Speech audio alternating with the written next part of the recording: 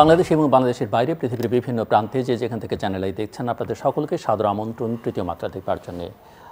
তৃতীয় মাত্রায় কথা বলবার জন্য আমার আজকের অতিথি জাতীয় সংসদ সদস্য, বাংলাদেশ সরকারের তথ্য ও সম্প্রচার মন্ত্রী মোহাম্মদ আরাফাত। মিস্টার মিনিস্টার, স্বাগত আপনাকে তৃতীয় মাত্রায়। 1 ঘন্টা ধরে আমরা কথা বলবো। তো আমি প্রশ্ন করব, প্রশ্নগুলো সাধারণ মানুষের, দর্শকদের বা যেভাবে বলেন না কেন দেশের নাগরিকদের। সো আপনি কি সব প্রশ্নের উত্তর, মানে আমি যেগুলো প্রশ্ন করবো আপনি উত্তরগুলো এড়িয়ে যাবেন, ডিক্লাইন করবেন, নাকি র্যাশনাল উত্তর দেবেন? কোনো প্রশ্ন এড়িয়ে যাব না, সবগুলোর উত্তর দিব। Thank you. এবং আপনাকে বিশেষভাবে আমি ধন্যবাদ জানাতে চাই যে ডিজিটাল সিকিউরিটি অ্যাক্ট নিয়ে আমরা গত কয়েক বছর ধরে প্রচুর কথাবার্তা বলেছি, প্রচুর লেখালেখি হয়েছে এবং আইনটি সংশোধন হয়েছে, সাইবার সিকিউরিটি অ্যাক্ট হয়েছে। আপনি মাত্র 2-3 দিন আগেই বিশ্ব গণমাধ্যম দিবসে, মুক্ত গণমাধ্যম দিবসে আপনি একটি অনুষ্ঠানে বলেছিলেন যে ডিজিটাল সিকিউরিটি অ্যাক্টের অধীনে মামলাগুলো এখনও চলমান, সেটি আপনি নিশ্চিত নন, তবে আপনি এটা আইনমন্ত্রীর সঙ্গে কথা বলবেন। তারপরে আমি দেখলাম একদিন পরেই আপনি অন্য আরেকটি অনুষ্ঠানে বলেছেন যে ইতিমধ্যেই আপনি আইনমন্ত্রীর সঙ্গে কথা বলেছেন এবং মোটামুটি আপনার ধারণা যেটি থাকা উচিত নয়, সেজন্য আপনাকে ধন্যবাদ। কিন্তু তার বাইরে আমার অন্য আরেকটা কথা আছে যে সাধারণভাবে একটা পারসেপশন, এবং আপনি মন্ত্রী হওয়ার পর আপনার অ্যাক্টিভিটিসও সেটা দেখা গেছে, সাধারণভাবে একটা পারসেপশন ছিল যে আপনি হয়তো মন্ত্রী হলে পররাষ্ট্র দপ্তর পেতে পারেন। এটা সাধারণভাবে ধারণা ছিল, অনেকেই ধারণা পোষণ করেছেন। কারণ তথ্য সম্প্রচার মন্ত্রণালয়ে অনেক কিছু করবার সুযোগ কম থাকে। আপনার আগে যারা ছিলেন পূর্বসূরীরা, তারা অধিকাংশ ক্ষেত্রেই তাদের রোলটা খুব একটা পজিটিভলি অনেকে সাধারণ মানুষের কাছে বা সংবাদ মাধ্যমের কাছে মনে হয় না যে তারা আসলে এক ধরনের সাপ্রেশন, অপারেশন এগুলো নিশ্চিত করবার জন্য এক ধরনের ভূমিকা রাখেন। তো সেখানে একটা বড় আপনি কতটা কমফোর্টেবল আমি জানি না, বা আপনি কি প্রেজেন্ট করবেন আমাদের সামনে, আমাদের জন্য, সংবাদ মাধ্যমের জন্য, সেটা আপনার কাছ থেকে শুনতে চাইব। আরেকটা জিনিস, আমরা এর আগে জানি যে আপনি বাই ইলেকশনে যখন জিতলেন, ইতিমধ্যে আপনি 2বার এমপি, আপনি পেছন থেকে অনেক কাজ করেছেন দলের জন্য, সরকারের জন্য। এখন আপনি প্রকাশ্যে এবং পেছনে দুভাবেই কাজ করছেন। প্রশ্ন আপনার কাছে আমার। না, অবশ্যই। আমি ধন্যবাদ আপনার প্রশ্নের জন্য। আমি মনে করি অতীতেও যারা বিভিন্ন মন্ত্রণালয়ের দায়িত্বে ছিলেন, মাননীয় প্রধানমন্ত্রী জননেত্রী শেখ হাসিনার নেতৃত্বে, তারা তাদের রোলটা, পারফরমেন্সটা তারা তাদের মতো করে করেছেন এবং খুব ভালো করেছেন। আমার বিশ্বাস ভালো করেছেন বলে গত 15 বছরে কিন্তু অনেক দিক থেকে আমরা এগিয়েছি, এটা আমার ওপিনিয়ন। আর দ্বিতীয় জিনিসটা হচ্ছে যে কাজ যেটি বলছেন, হ্যাঁ, আমি কাজের মানুষ, আমি কাজ করতে চাই। আমি কখনো চিন্তা করি না যে আসলে কোন পদে কিভাবে আছে। আমি বাংলাদেশের রাজনীতি, ভূ রাজনীতির যে চ্যালেঞ্জগুলোকে হলিস্টিক্যালি দেখি। আমি যেখানেই থাকি, যে বাস্তবতায় থাকি, যে কাজটা করা প্রয়োজন আমার দেশের জন্য, দেশের মানুষ সমাজের জন্য, বা মাননীয় প্রধানমন্ত্রী যে ভিশন বাংলাদেশকে মিডল ইনকাম কান্ট্রি, তারপর উন্নত দেশে নেওয়ার, সেই ভিশন বাস্তবায়নের জন্য আমার যে কোনো জায়গা থেকে যে কোনো কন্ট্রিবিউশনের ক্ষেত্রে আমি সবসময় সচেষ্ট থাকি। আমি পলিটিক্সটাকে ওভাবেই নিয়েছিলাম সবসময়। আমি কখনো পলিটিক্সটাকে ক্যারিয়ার হিসেবে নেইনি। আমি নিয়েছিলাম যে আমার কাজের মধ্য দিয়ে যদি কোনো পরিবর্তন আসে সমাজে, সামাজিকভাবে বৃহত্তর পরিসরে, সেটি আমার সাফল্য। কাজে ওই জন্য আমি কখনো অন্য কোনোভাবে চিন্তাও করিনি। তো যাই হোক, আমি আজকে দায়িত্বপ্রাপ্ত হয়েছি, দায়িত্ব নিয়েছি এবং সেটি আমি সাফল্যের সাথে মানে পূরণ করার চেষ্টা করব।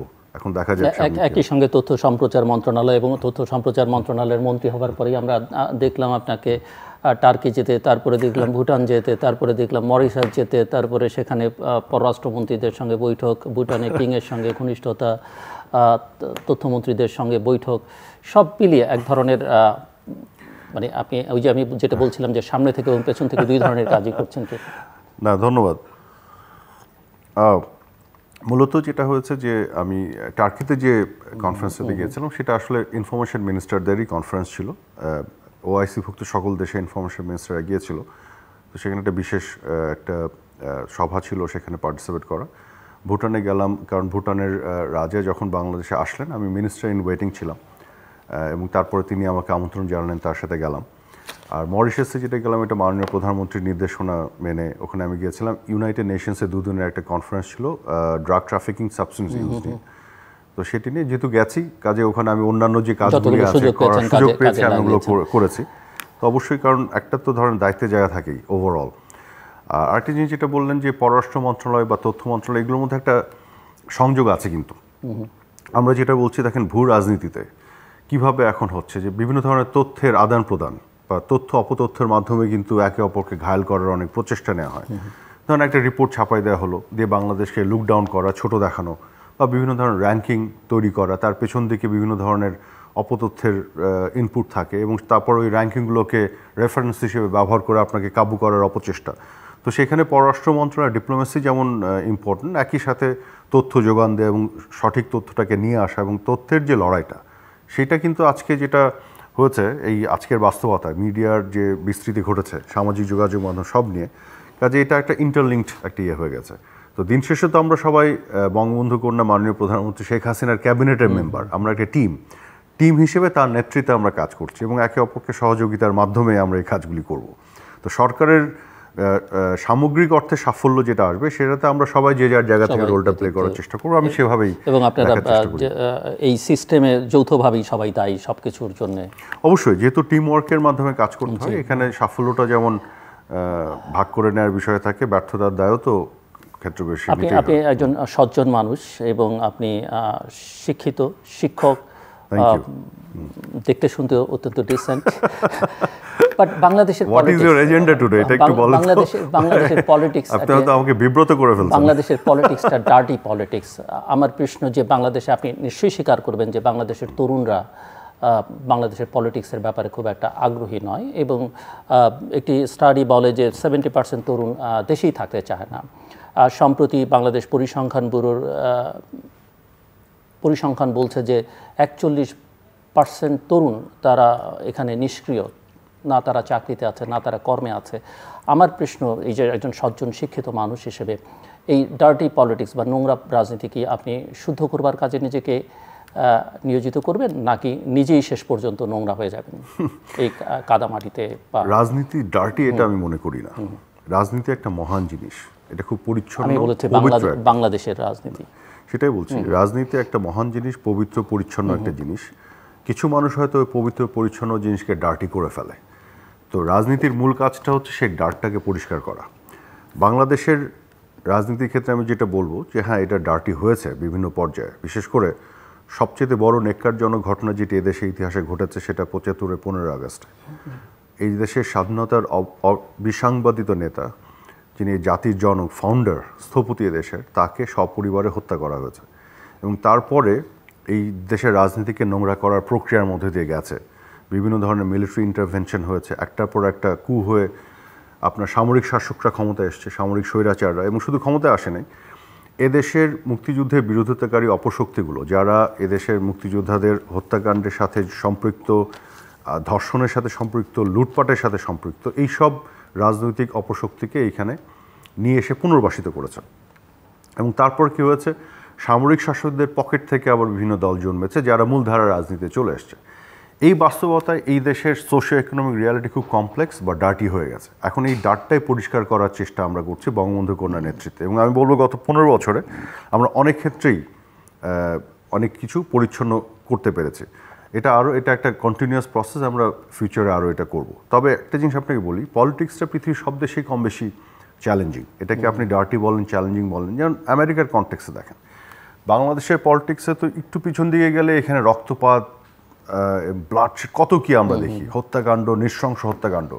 অথচ আমেরিকার পলিটিক্সে কিন্তু এগুলো ছিল না। কিন্তু আপনি হিলারি ক্লিন্টন অ্যান্ড ট্রাম্পের যে কথোপকথন, ডিবেটটা আপনি খেয়াল করে দেখেন কত নোংরাভাবে তারা একে অপরের সাথে এনগেজ হয়েছে। কেন?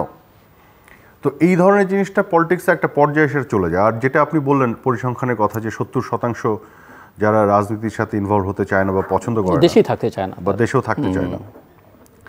এই তৃতীয় বিশ্বের দেশগুলো, আমরা তো এখনও তৃতীয় বিশ্বের দেশ, তৃতীয় বিশ্বের দেশগুলোর মেজরিটি কান্ট্রিতে আপনি একই পরিসংখ্যান পাবেন।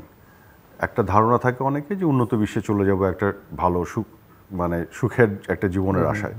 তো আমার কথা হলো যে যারা দেশে থেকে দেশকে পরিচ্ছন্ন করার দায়িত্ব নেবে না, বাইরে নিজের স্বার্থে সুখ স্বাচ্ছন্দ্যের জন্য চলে যাবে, তারা রাজনীতির জন্য ফিট না। আমরা তো বিদেশে গেছে, পড়াশোনা করেছে, কিন্তু দিন শেষে কিন্তু আমরা কঠিন সময় দেশে ফিরে এসেছি। আমি যখন দেশে ফিরে এসেছি তখন বিএনপি জামাতের সরকার ক্ষমতায়, এবং দুইজন যুদ্ধাপরাধী রাজাকার যারা তখন মন্ত্রিত্ব নিয়ে বসে আছে, সেই সময় আমি দেশে ফিরেছি। তারপরে এখানে 1/11 এসছে, রাজনীতিকরণের প্রক্রিয়া শুরু হচ্ছে, কত কিছুর মধ্যে দিয়ে আমরা গেছি। তো এখন আমার কথা হচ্ছে যে আমি যদি মনে করি যে কেউ লাল গালিচা পেরে দিবে, আমি হাঁটতে হাঁটতে সুন্দর করে এসে মন্ত্রী মিনিস্টার হব, রাজনীতি শুধু ওই পজিটিভ দিকটা দেখব, কিন্তু এটার যে ডাউন সাইডটা, এটার যে কষ্ট, ত্যাগ, স্যাক্রিফাইস, এটার যে হার্ডওয়ার্ক, পরিশ্রম, এই জায়গাগুলো আমি দেখব না, তাদের জন্য রাজনীতি না। আমি মনে করি রাজনীতি করতে গেলে কঠিন বাস্তবতার মধ্যে এসে সেটাকে এমব্রেস করে সেখান থেকে একটা ভালো কিছু তৈরি করার জায়গা তৈরি করাই হচ্ছে মূল রাজনীতি। রাজনৈতিক নেতৃত্বের দায়িত্ব তো স্বপ্ন দেখানো, পরিবেশ তৈরি করে দেয়া, সেটা তো রাজনৈতিক নেতৃত্বেরই দায়িত্ব। অবশ্যই সেটাই আমি বলছি যে রাজনীতি আসলে ভালো জিনিস, রাজনৈতিক নেতৃত্ব সেই কাজটি করার চেষ্টা করছে, কিন্তু অন্যান্য পেশার মতন রাজনীতিতেও কিছু মানুষ হয়তো ঢুকে এটাকে কিছু কিছু জায়গায় কলুষিত করে, সেটা রাজনীতি নয়, সেটা অপরাজনীতি। সে অপরাজনীতির চর্চাও এদেশে অনেকেই হচ্ছে এবং অতীতেও হয়েছে। সেইখান থেকে আমরা বের হয়ে আসার চেষ্টা করছি, একটা পরিচ্ছন্ন রাজনীতির জায়গা তৈরি করার চেষ্টা করছি। আপনি তথ্য সম্প্রচার মন্ত্রণালয়ের মন্ত্রিত্বের দায়িত্ব নেবার পর থেকেই তথ্যের অবাধ প্রবাহের কথা বলছেন, আপনি মিস ইনফরমেশন, ডিসইনফরমেশন ফাইট করবার কথা বলেছেন। আমার আপনার কাছে প্রশ্ন যে আপনি কি মনে করেন দেশের অবাধ তথ্য প্রবাহটা নিশ্চিত করা যাচ্ছে কি না? কারণ আপনি এর মধ্যেই বলেছেন যে একটি অনুষ্ঠানে তথ্য অধিকার আইনের অধীনে কোনো নাগরিক তথ্য চাইলে সেটা যে কোনো প্রতিষ্ঠান দিতে বাধ্য থাকবে, কিন্তু আপনি বলেছেন যে অনেক ক্ষেত্রে সেটা পাওয়া যায় না। আপনি আপনার নিজের নজরে এসছে, যেমন পুলিশের কাছে ডিএসএ মামলা সম্পর্কে জানতে চাইলে তথ্য পাওয়া যায় না, এমনকি তথ্য কমিশনের কাছেও চেয়েও পাওয়া যায় না। চিঠি দিলে একটা পড়ে থাকে মাসের পর মাস, কোনো নির্ধারিত সময়ের মধ্যে পাওয়া যায় না। সো আপনার কাছে জানতে চাই যে আপনি আসলে এই জায়গাটাতে কি করতে চান, কি করবেন? বাংলাদেশে শুধু তথ্যের অবাধ প্রবাহ আছে সেটাই নয়, এখানে অপতথ্যেরও অবাধ প্রবাহ আছে। এখানে সবকিছু অবাধ, এখানে রেগুলেশন দরকার, একটা শৃঙ্খলা আনা দরকার। এবং এই বক্তব্যটা কিন্তু আমাদের সাংবাদিক বন্ধুরাই বলছেন, যাদের সাথে বসছি তারাই কথা বলছেন, এটা ডিসিপ্লিন আনা দরকার। নিঃসন্দেহে বাংলাদেশে মানে মিস ইনফরমেশন বা ডিসইনফরমেশন, ভুল তথ্য, অপতথ্যের মানে সকল কিছুরই অবাধ প্রবাহ আছে, এবং এটা নিয়ন্ত্রণ করাও খুব জরুরি। কিন্তু সেটা নিয়ন্ত্রণ, যেমন সম্প্রতি গুগলের একটা রিপোর্ট বেরিয়েছে যে স্বচ্ছ ট্রান্সপারেন্সি রিপোর্ট, এবং সেখানে তারা বলছে যে প্রায় 6 লক্ষের বেশি কন্টেন্ট তারা সরিয়ে ফেলেছে গত বছরে বাংলাদেশ সংক্রান্ত। সো আমি একটু বুঝতে চাই যে এই অভিযোগ কি পরবর্তী পর্যায়ে তোলা যাবে কিনা, বা আপনার এই মিস ইনফরমেশন ডিসইনফরমেশন ফাইটটা এরকম হয় কিনা, সেটা পক্ষপাত দুষ্ট। কারণ আমরা অভিযোগ যেটা যে বাংলাদেশে মিস ইনফরমেশন ডিসইনফরমেশন উভয় দিক থেকেই ছড়ানো হচ্ছে, এবং মানুষ অনেক ক্ষেত্রে, উভয় দিক বলতে আমি আইলের দুপাশ থেকেই, ক্ষমতাসীনরাও ছড়াচ্ছে, ক্ষমতার বাইরে যারা আছে তারাও ছড়াচ্ছেন। আচ্ছা, আমি একটু তাহলে আপনার প্রশ্নগুলোর আনসারগুলো একটা একটা করে দিই। ইনফরমেশন কমিশনে আপনি যেটা বলেছেন, এটা আমি একটু আপনাকে বলি। ইনফরমেশন কমিশনের যে রাইট টু ইনফরমেশন অ্যাক্ট, এটা কিন্তু বঙ্গবন্ধু কন্যার নেতৃত্বে এই সরকার, এই পার্লামেন্টে প্রথম পার্লামেন্ট, যেটা 2009 অনওয়ার্ড যেটা পার্লামেন্টটা ছিল, ওনার দ্বিতীয় টার্মের প্রধানমন্ত্রিত্বকালে পাশ করা হয়েছে। অর্থাৎ রাইট টু ইনফরমেশন অ্যাক্ট পাশ করার মাধ্যমে আমাদের সরকার নিজেকে কাঠগড়ায় দাঁড় করিয়েছে। এই যে আপনার সৎ সাহসটা দেখিয়েছে, আমি মনে করি এটাকে সবার এক ধরনের অ্যাকনলেজ করা উচিত, আপলোড করা উচিত। এটা আমরা করেছি। এখন একটা আইন হওয়ার পরে এটার ইমপ্লিমেন্টেশনে বিভিন্ন চ্যালেঞ্জ থাকে। আমি নিজেও এই চ্যালেঞ্জগুলি খুঁজে পেয়েছি, এবং যে কারণে আমি কিন্তু খুব ওপেনলি এগুলো বলছি। বাংলাদেশের বাস্তবতায় এখন দুই ধরনের সমস্যা আছে, দুই এন্ডে, যারা দিবে এবং যারা নিবে। যারা নিবে তারা কিন্তু ওই প্রফেশনালিজমের জায়গাটা বা এই আইনটা তাকে যে এম্পাওয়ার করেছে, এটাকে প্রপারলি এক্সারসাইজ করার কিছু ঘাটতি আছে। সেইখানে আমরা বলছি যে আমরা ট্রেনিংয়ের ব্যবস্থা করব। ট্রেনিংয়ের অনেক স্কোপ আছে কিন্তু এই মন্ত্রণালয়ের অধীনে, যাতে রাইট টু ইনফরমেশন অ্যাক্টটাকে ট্রু সেন্সে ব্যবহার করার, আরও বিস্তৃতভাবে ব্যবহার করার স্কোপ তৈরি হয় এবং করতে পারে। আমরা চাই যে এটা আরও ব্যবহৃত হোক, কারণ আমরা চাই এটা স্বচ্ছতা এবং জবাবদিহিতা আসুক। দ্বিতীয় জিনিসটা হচ্ছে আমাদের যে কলোনিয়াল যে লেগেসি, দীর্ঘদিনের শত শত বছরের গণতন্ত্রহীনতার লেগেসি, প্রথমে ব্রিটিশ, তারপরে পাকিস্তান, তারপরে দেশ স্বাধীন হওয়ার পরে মিলিটারি শাসন বঙ্গবন্ধুকে হত্যা করে, এবং তাদের পকেট থেকে জন্ম নেয় বিভিন্ন দল, এবং যেখানে গণতন্ত্রের যে আপনার ব্যত্যয় এবং স্বাধীনতা বিরোধীদের আবার পুনর্বাসন, সব মিলে একটা কমপ্লেক্স সোশিও ইকোনমিক রিয়ালিটি তৈরি হয়েছে, যে কারণে প্রশাসন বা সরকারের এক ধরনের লেগেসির মধ্যে তৈরি হচ্ছে। সব মিলে আমি বলছি, প্রশ্ন করলে বা তথ্য চাইলে একটা ডিফেন্সিভ হয়ে যাওয়া প্রবণতা। তো সেইখানে একটা কালচারাল ট্রান্সফরমেশন, আমি সেখানেও কাজ করার চেষ্টা করব।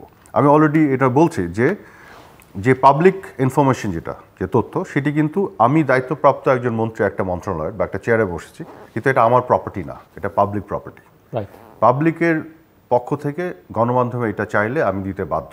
এই মনোজগতের পরিবর্তনটা আনার জন্য আমরা কাজ করব, মানে সরকারের দিক থেকে যাতে থাকে, যারা সাপ্লাই করবে আর যারা ডিমান্ড করবে তাদেরকেও আমরা ট্রেন করব, যেন তারাও প্রফেশনালি অ্যাপ্রোচ করে। তারা যাতে না ভাবে যে এইটা হচ্ছে একটা অস্ত্র যেটা দেশে ব্ল্যাকমেলও করতে পারে। নো, এটা একটা অস্ত্র যেটা greater interest of the people, public ইন্টারেস্টে ব্যবহার করা, আমার পার্সোনাল ইন্টারেস্টে ব্যবহার করার জন্য না। সো দুদিক থেকে কিছু ঘাটতি আছে। এইখানেই আমি যেটা পরিকল্পনা করেছি যে কিভাবে এটাকে আরও কার্যকরভাবে এই আইনটা বা এটাকে ব্যবহার করা যায়। আপনি দেখেছেন যে দু একটি ঘটনা এর মধ্যে ঘটেছে এবং ইনফরমেশন কমিশন কিন্তু সাথে সাথে ইন্টারভিন করেছে। প্রধান তথ্য কমিশনের সাথে আমার কথা হয়েছে, তার ইন্টারভিন করেছে, ইনভেস্টিগেট করেছে, করে তার রায়ও দিয়ে দিয়েছে এবং দু একটি ক্ষেত্রে সরকারের প্রশাসনের কয়েকজনের বিপক্ষে রায় এসেছে। কিন্তু তো আমরা সঠিক তথ্যের ভিত্তিতে একটা ক্রেডিবল প্রতিষ্ঠান হিসেবে এটা দাঁড় করাতে চাই এবং আমরা এখানে আমাদের একটা রিকোয়েস্ট থাকবে, আমাদের সৎ অ্যাপ্রোচটাকে আপনারা অবজেক্টিভলি অ্যানালাইজ করে উপস্থাপন করবেন।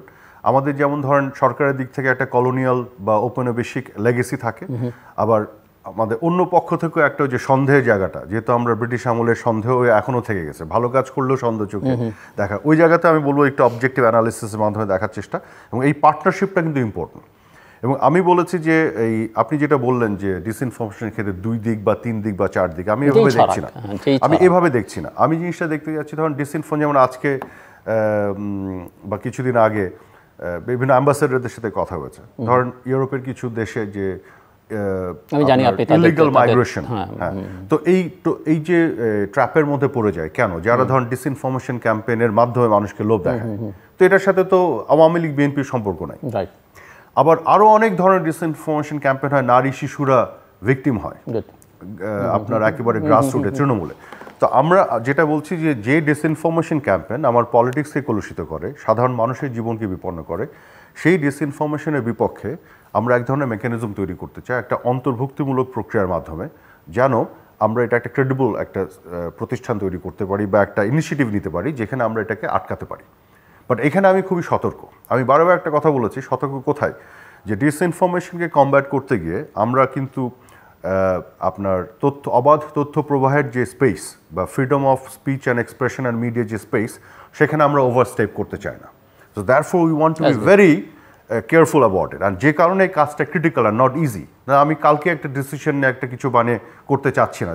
আমি যেটুকু সংবাদ মাধ্যমে দেখেছি বা কোনো ডিপ্লোমেটের সঙ্গে কথা বলে জেনেছি যে আপনি ইউরোপিয়ান ইউনিয়নের অ্যাম্বাসাডারের সঙ্গে কথা বলেছেন, আপনি ভারতীয় হাই কমিশনের সঙ্গে কথা বলেছেন এবং আপনি বলেছেন তাদের সহায়তা নেবেন। আপনি এই জায়গা বা সতর্ক কিনা যে কোন কোন রাজনৈতিক আবহাওয়ার মধ্যে ডিসইনফরমেশন মিসইনফরমেশন বেশি ছড়ায়, মানে আপনি যাদের সহযোগিতা নেবেন সে বিষয়ে আপনি সজাগ এবং সহযোগিতা বলতে আমি যেটা বোঝাচ্ছি, প্রত্যেকের যার যার দেশে তো একটা আইন কানুন প্র্যাকটিসগুলি আছে, বেস্ট প্র্যাকটিসগুলি, সেগুলো কি আছে, তার অভিজ্ঞতাগুলো কি, সহযোগিতা বলতে সেটা সেই অভিজ্ঞতাগুলো বিনিময়, সেখান থেকে একটা আইডিয়া তৈরি করা। এবং শুধুমাত্র বিদেশি যারা বন্ধুরা তাদের কথা বলছি না, তাদের কার কোন দেশে কি বাস্তবতা কীরকম আছে, এই দেশেও যারা স্টেক হোল্ডার, আমরা কিন্তু সাংবাদিকদের যত সংগঠন আছে তাদের সাথে কথা বলছি, এডিটার্স যারা আছেন তাদের সাথে কথা বলছি, তাদের কাছ থেকে ওপিনিয়ন নিচ্ছি, একটা ইনক্লুসিভ অন্তর্ভুক্তিমূলক একটা প্রক্রিয়ার মধ্যে ওপিনিয়ন সবার কাছ থেকে নিচ্ছি, এবং সেই ওপিনিয়ন থেকে একটা বেটার কিছু বের হয়ে আসুক সেটা আমি চাচ্ছি। কারণ আমার যেটা টার্গেটটা হচ্ছে যে একটা প্রাতিষ্ঠানিক গ্রুপ এমনভাবে দেয়া যেটা ক্রেডিবল যাতে হয়, এটার মধ্যে কনফিডেন্স যেন থাকে। কারণ একটা জিনিস আমি দেখেছি, প্রত্যেকে একটা বিষয় আমার সাথে এগ্রি করেছে, যারা আমাদের পক্ষের, যারা বিপক্ষের এবং যারা ক্রিটিক, যারা আমাদেরকে আপলোড করে, সবাই দেশি বিদেশি সবাই, যে ডিসইনফরমেশন একটা বড় প্রবলেম এবং এটা সমাজে আছে এবং এটাকে কমব্যাট করা দরকার। সো এইখানে সবাই এগ্রি করছে, তাহলে পরের ব্যাপারটা তো সবাই এগ্রি করছে, তাহলে এটাকে কমব্যাট করা, ফাইট আউট করারও একটা মেকানিজম থাকা দরকার। এখানে সবাই এগ্রি, কিন্তু কী হবে মেকানিজম এইটা ওইটা নিয়ে আমরা সবার ওপিনিয়নে একটা জায়গায় দাঁড়ানোর চেষ্টা করছি। আমি এই জায়গাটা আবার আসবো, তার আগে একটু অবাধ তথ্য প্রবাহের আলোচনার মধ্যে যদি যাই, এবং সাংবাদিকদের মাধ্যমেই আসলে তথ্য সাধারণ মানুষের দোরগোড়ায় পৌঁছায়। সো বাংলাদেশে একটা অভিযোগ আছে যে সরকারি, আধা সরকারি বা স্বায়ত্তশাসিত দপ্তর, এমনকি জনসাধারণের জন্য যেগুলো উন্মুক্ত কোনো কোনো প্রতিষ্ঠানে পেশাগত কাজে প্রবেশ করতে সাংবাদিকদের এখন দেওয়া হচ্ছে না। সর্বশেষ নজির হচ্ছে বাংলাদেশ ব্যাংক, সাংবাদিকদের প্রবেশের নিষেধাজ্ঞা দেওয়া হয়েছে। সো সরকারি কাজের সাথে সংশ্লিষ্ট, সরকারি কাজ মানে জনগণের কাজ, তার সঙ্গে সংশ্লিষ্ট প্রতিষ্ঠানগুলোর সাংবাদিকদের ব্যাপারে এত কিসের ভয়, সেটা আমি একটু আপনার কাছ থেকে শুনতে চাই। নিঃসন্দেহে রাষ্ট্রীয় নিরাপত্তার ইস্যু থাকলে সেই জায়গাটা সাংবাদিকদের জন্য রেস্ট্রিক্টেড থাকতে পারে একটা পর্যায় পর্যন্ত, তো বাকিদের তো থাকবার কথা না। ওকে, এখানে আপনাকে বলবো যে আমি কিন্তু বাংলাদেশ ব্যাংকের গভর্নরের সাথে কথা বলেছি। তার সাথে আমি কথা বলেছি on behalf of the journalist, তাদের পক্ষ নিয়ে, যে কেন তাদের অ্যাক্সেস থাকবে না। এখন যখন আমি বলছি কেন অ্যাক্সেস থাকবে না, সেইখানে যে ইন্টারেস্টিং ডিসকাশনটা সেটা হচ্ছে অবশ্যই তাদের অ্যাক্সেস থাকবে এবং থাকতে হবে। রাইট টু ইনফরমেশন অ্যাক্ট সেইটা তাদেরকে দিয়েছে, তথ্য কমিশন আছে এই এই তাদেরকে সাপোর্টটা দেওয়ার জন্য। এখন যেটা বলা হচ্ছে আমাকে যে ইনফরমেশনের অ্যাক্সেসিবিলিটি আটকানো হয়নি, যেটা আটকানো হয়েছে স্ট্যাবলিশমেন্টের অ্যাক্সেসিবিলিটি আটকানো হয়েছে। সো ওইখানে তারা বলছে যে অন্যান্য দেশে যে বেস্ট প্র্যাকটিসগুলি আছে, আমি একটা অ্যাসাইনমেন্টও দিয়েছি আমার মন্ত্রণালয়কে। আচ্ছা ঠিক আছে, দেখো ভারতে যে সেন্ট্রাল ব্যাংক সেখানে কি আছে, আমেরিকাতে যেটা আছে, ইউরোপের বিভিন্ন দেশে আছে, আমাদের থাইল্যান্ডে, ইন্দোনেশিয়া যেটা আছে, let's have a look at it, সেইখানে কি আছে সেটা কিন্তু আমরা দেখছি। তো এখন যেটা হচ্ছে যে অ্যাক্সেসিবিলিটির প্রশ্ন থাকলে শুধু যদি অফিসিয়ালসের বাইরে অন্য কেউ না যেতে পারে তাহলে এক কথা, কিন্তু অন্যদের যদি প্রবেশাধিকার থাকে তাহলে সাংবাদিকদের কেন থাকবে? সেখানে বলছি প্রবেশাধিকার সবারই আছে। তারা যেটা বলতে যাচ্ছে যে এখানে একটা মুখপাত্র আছে এবং সেই মুখপাত্রের মাধ্যমে তথ্যের সকল অ্যাক্সেসিবিলিটি সকল জার্নালিস্টের থাকবে। রাইট টু ইনফরমেশন অ্যাক্ট যেটাকে এনশোর করেছে, সেখানে কোনো বাধা দেওয়া হয়নি, হবেও না। এমনকি অন্য অফিসারদের সাথে যে দেখা করার সুযোগ থাকবে, কিন্তু একটা প্রক্রিয়ার মাধ্যমে। তারা বলছে যে অবাধ ঢুকে পুরো বিল্ডিংয়ের মধ্যে ঘোরাঘুরি করা, যেটা পৃথিবীর কোনো সেন্ট্রাল ব্যাংকে করার কোনো সুযোগ নাই, কারণ central bank also is a very sensitive organization. ধরেন ব্যাংকিং সেক্টরের কথা বলি, কোনো একটা অনিয়ম বা অঘটন ঘটলো, সেইখানে তারা ইনভেস্টিগেট করবে, একটা ডিসিপ্লিন আনার চেষ্টা করবে, একটা স্ট্র্যাটেজি নিচ্ছে, যেটা তারা হয়তো ধরেন কথার কথা একজন অপরাধীকে ধরবে। এখন এই স্ট্র্যাটেজিটা যদি আপনি লিক আউট করে আগেই বলে দেন, তাহলে তো যাকে ধরবেন সে পালিয়ে যাবে। সো এই ধরনের কিছু সেন্সিটিভিটি কিন্তু থাকে। সো বিষয়টা হচ্ছে আমি নিজে এটা দেখছি যে কোন জায়গাটা প্রোটেক্ট করা হচ্ছে, যে আপনার সিক্রেসির যে জায়গাটা, যেটা জেনুইনলি প্রয়োজন সেটা, নাকি পাবলিকের জন্য যে ইনফরমেশন, পাবলিকের রাইট, সেটা আটকানো হচ্ছে। সো এখন পর্যন্ত আমি যে কথোপকথন হচ্ছে সেখানে মানে পাবলিক ইনফরমেশনগুলোকে আটকানোর কোনো প্রচেষ্টা আমি দেখি না, অ্যাটলিস্ট আমার সাথে কথোপকথনে যেটা হচ্ছে, এবং তারা এটা করতেও চায়। কিন্তু যেটাকে ওনারা বলছেন যে এটা শিখতেছে, এটা বেরিয়ে গেলে সমস্যা তৈরি হবে, কিন্তু অধিকাংশ ক্ষেত্রেই দেখা যায় সংবাদ মাধ্যমে তথ্যগুলো বেরোলেই আসলে অ্যাকশনগুলো নেয়ার সুযোগ তৈরি হয় এবং নেওয়া হয়। সরকারও সতর্ক, ইস্যুটা সেটা না, সরকারকে এক ধরনের সহযোগিতাও করা হয়। সেটা হচ্ছে বাইরে কি ঘটছে সেটা আপনি জানান। যদি Bangladesh bank, central bank, regulator বা অন্য কোনো রেগুলেটর হয়তো জানতে পারছে না, সেটা সহযোগিতা হয়। কিন্তু বাংলাদেশ ব্যাংক ভিতরে যে অ্যাকশনের জন্য যে স্ট্র্যাটেজি নিচ্ছে, সেটা তো আপনি লিক আউট জানা দিলে এটা লিক আউট হয়ে যাচ্ছে, তখন তো আপনি অ্যাকশনটাকে বাধাগ্রস্ত করে দিচ্ছেন রাদার। আপনি আমার কথা বুঝতে পেরেছেন? এটা দুই জিনিস কিন্তু এক। আর দ্বিতীয় হচ্ছে যে আমরা এটা নিয়েও একটা কাজ করছি, যেমন ধরেন এখন কতগুলো ব্যাংক মার্জারে যাচ্ছে, এগুলো নিয়ে বিভিন্ন পত্রপত্রিকায় আলাপ আলোচনা হচ্ছে। তো এগুলো খুব হাইলি টেকনিক্যাল ইস্যুস। অনেক সময় অনেক রিপোর্টাররা এই কোনো একটা পার্টিকুলার ইস্যু নিয়ে এনাফ ইনফরমেশন না থাকলেও কিন্তু রিপোর্ট করছেন। আমাদেরও কিন্তু অনেক ক্ষেত্রে অনেক কিছুর ইনফরমেশন ঘাটতি, সব কিছুই আমরা পণ্ডিত জানি তা তো না, এটা ঘেটে ঘেটে জেনে বুঝে করতে হয়। তো এখন আমি যেটা করছি, আমাদের ইনফরমেশন মিনিস্ট্রির অধীনে বিভিন্ন প্রতিষ্ঠান আছে, তার মধ্যে ট্রেনিংয়ের জন্য কিছু প্রতিষ্ঠান আছে। আপনি জানেন কিছু ক্রিটিক্যাল অ্যান্ড হাইলি টেকনিক্যাল ইস্যুতে আমরা ট্রেনিংয়ের ব্যবস্থা করব। যারা ইকোনমিক রিপোর্টিং করে তাদের জন্য ট্রেনিংয়ের ব্যবস্থা করব, মানে দেশি বিদেশি রিসোর্স পার্সনদের নিয়ে আসবো, তারা ওয়ার্কশপগুলি করবে, যাতে করে তারাও একটু এডুকেটেড হতে পারে এবং প্রপার প্রফেশনাল রিপোর্টিং যেতে হয়। আমরা কিন্তু একটা জিনিস আপনি বলতে চাই যে সঠিক তথ্য, সায়েন্টিফিক এভিডেন্স বেসড ইনফরমেশন, এবং যেটা সত্য এবং যেটা আসলে right two information act cover করে, এরকম কোনো তথ্যকে আটকানোর কোনো সুযোগ নেই, এবং এটা আমি অন্তত করতে দিব না। তবে অ্যাট দ্য সেম টাইম আমরা এই জিনিসগুলোকে আরও প্রফেশনালিজম ডেভেলপমেন্টের জন্য যেমন ট্রেনিং করছি, অ্যাট দ্য সেম টাইম আমরা বাংলাদেশ ব্যাংকেও আমরা বলছি, বা সেন্ট্রাল ব্যাংক বা এই ধরনের প্রতিষ্ঠানকে, এই যে একটা কনফিউশন তৈরি হয়েছে, তাহলে একটা প্রজ্ঞাপন দিয়ে দেন বা লিখিত আকারে একটা কিছু স্পেসিফিক্যালি দেন যে না, সকল ইনফরমেশন এখানে পাওয়ার সুযোগ আছে মুখপাত্রের মাধ্যমে এইভাবে, তাহলে তার কোনো সমস্যা থাকে না, মুখপাত্র দিয়ে দিবে যে যে ইনফরমেশন চান। আবার যদি কিন্তু মিস্টার মিনিস্টার, শুধুমাত্র মুখপাত্রের মাধ্যমে ইনফরমেশন দিয়ে সাংবাদিকতা হবে এবং তাতে পৃথিবীর অনেক তথ্যই অনাবিষ্কৃত থাকবে, কারণ সাংবাদিকদের নানা সোর্স থাকে, নানা জায়গা থেকে তারা নানা তথ্য উপাত্ত নেয়। অবশ্যই আপনি যেটা বলেছেন যে সেটা থাকতে হবে তথ্যটা সঠিক কিনা, অ্যাকুরেট কিনা, সেটা যার থেকে সে সাংবাদিক তার প্রফেশনাল যে যোগ্যতা সেটা দিয়ে সে করবে। কিন্তু শুধুমাত্র মুখপাত্রের কথা শুনলে তো আর প্রকৃত তথ্য পাওয়া যাবে না কোনো ক্ষেত্রেই না। আপনি তো বাংলাদেশ ব্যাংকের মধ্যে যাচ্ছেন তথ্য নিতে, মুখপাত্রের কাছ থেকেই মূল তথ্য নিতে যাচ্ছেন, আপনি তো ওখানে ইনভেস্টিগেট করতে, চুরি করতে যাচ্ছেন না, সেটাই তো বলছেন। মুখপাত্রের কাছ থেকে আপনার ডিপেন্ড করতে হবে তথ্যটা, সে যেটা দিবে। কিন্তু আরো যদি ডিপ, সেটা তো আপনি ব্যাংকের ভিতরে ঢুকে ডিপে যেতে পারবেন না। এটা তো আপনার federal reserve bank of India বলেন বা ফেড বলেন আমেরিকা, তাও সেও তো অ্যাপ্রুভ করবে না, কারণ না কোনো অফিসারের সঙ্গে কথা বলবে বা সেটা আপনি আউটসাইড দ্য অফিশিয়াল সেটিংস বাইরেও করতে পারেন। কিন্তু প্রতিষ্ঠানের মধ্যে আপনি দেখাতে পারবেন না, আমি ইতিমধ্যে খোঁজ নিয়েছি, আরো নিচ্ছি, যে এইভাবে অবারিতভাবে সারাক্ষণ যে বিভিন্ন ফ্লোরে ঘোরাঘুরি করা, যে একাট্টা হয়ে বসে থাকা, আপনি দুনিয়ার কোনো এই ধরনের সেন্সিটিভ প্রতিষ্ঠানে দেখাতে পারবেন না। সেটা সেক্ষেত্রে রেস্ট্রিক্টেড এরিয়া কতটুকুই রেস্ট্রিকশন করা হচ্ছে, এর বাইরে করা সেটা তাদেরকে বলতে হবে। এবং এতটুকু আবার আপনাকে বলে রাখি, স্ট্যান্ডার্ড প্রসিডিওর বাইরে যদি রেস্ট্রিকশন আসে, আমি নিজে সেখানে স্ট্যান্ড নিব ইন ফেভার অফ দ্য তথ্য। এবং আমরা মিস ইনফরমেশন, ডিসইনফরমেশনের কথা বলছিলাম। আমি যতদূর জানি এবং আমি নিশ্চিত যে আপনিও ভালো করে জানেন, গত